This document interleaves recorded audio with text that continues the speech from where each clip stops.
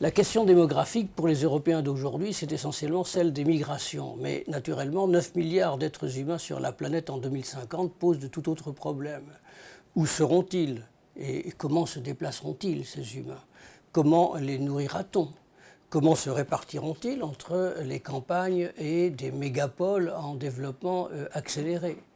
Comment gérer des sociétés massivement jeunes d'un côté et en cours de vieillissement accéléré d'un autre côté?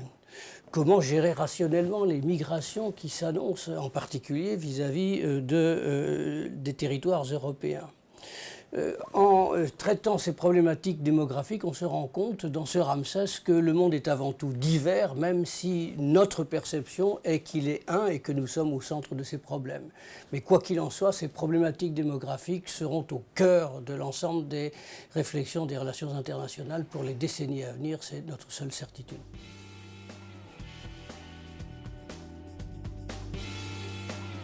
C'est une affaire entendue, la Chine est la puissance montante, la deuxième économie du monde, autour de laquelle les flux commerciaux et les reconstructions politiques du monde sont en train de se réorganiser.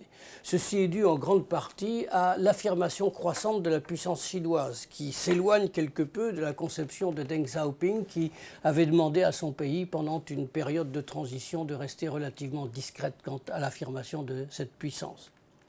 Renforcement du régime autour du président Xi Jinping, extension de la présence diplomatique de la Chine, renforcement militaire, affirmation sur les marchés énergétiques qui sont d'une telle importance pour la Chine, volonté de peser comme puissance technologique de premier rang et donc volonté de peser dans la définition des normes technologiques internationales,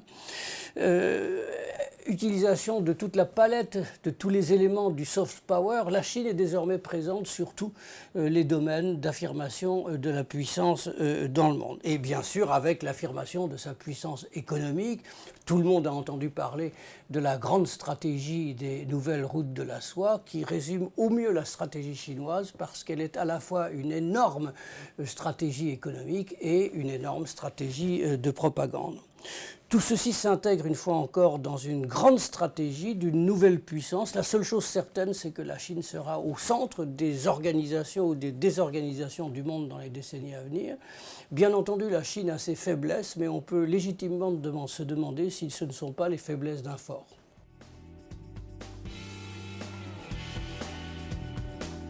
Du Moyen-Orient, les États-Unis de Barack Obama souhaitaient se retirer plus ou moins discrètement cette dernière décennie. Mais ce Moyen-Orient reste au cœur de la préoccupation des grandes puissances et en particulier à travers le devenir de deux acteurs majeurs que sont l'Iran et l'Arabie saoudite. Ramsès s'interroge sur le devenir interne de ces deux acteurs et sur l'avenir de leurs relations. Le régime iranien est-il stable ou instable et comment est-il susceptible d'évoluer ?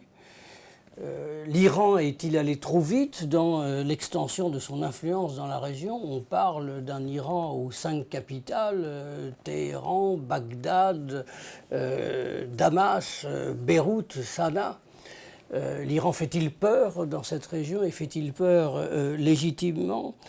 Quant à l'Arabie saoudite, elle a entrepris un virage important interne sous la direction du nouveau prince héritier. Quelle est la profondeur de ce virage? L'Arabie saoudite arrivera-t-elle à gérer une politique étrangère qui s'affirme pour le moment plutôt aventuriste, qu'il s'agisse de ses relations avec ses pays, ses voisins du Golfe ou de son intervention militaire au Yémen? Et plus généralement, dans cette région, comment sont en train de se recomposer les alliances régionales et en particulier dans un contexte marqué par le retrait des États-Unis de l'accord nucléaire, quel est le rôle joué et qui sera joué par Washington, par Ankara, par Moscou et bien entendu par Tel Aviv pour la puissance israélienne. Ce Moyen-Orient instable nous pose toujours les mêmes questions, récurrentes, et qui resteront les bonnes questions pour les années à venir. Est-ce que le chaudron moyen-oriental peut vraiment exploser? Et qu'est-ce que ce chaudron nous dit de l'évolution et de la restructuration des rapports de force, des rapports de puissance dans le monde?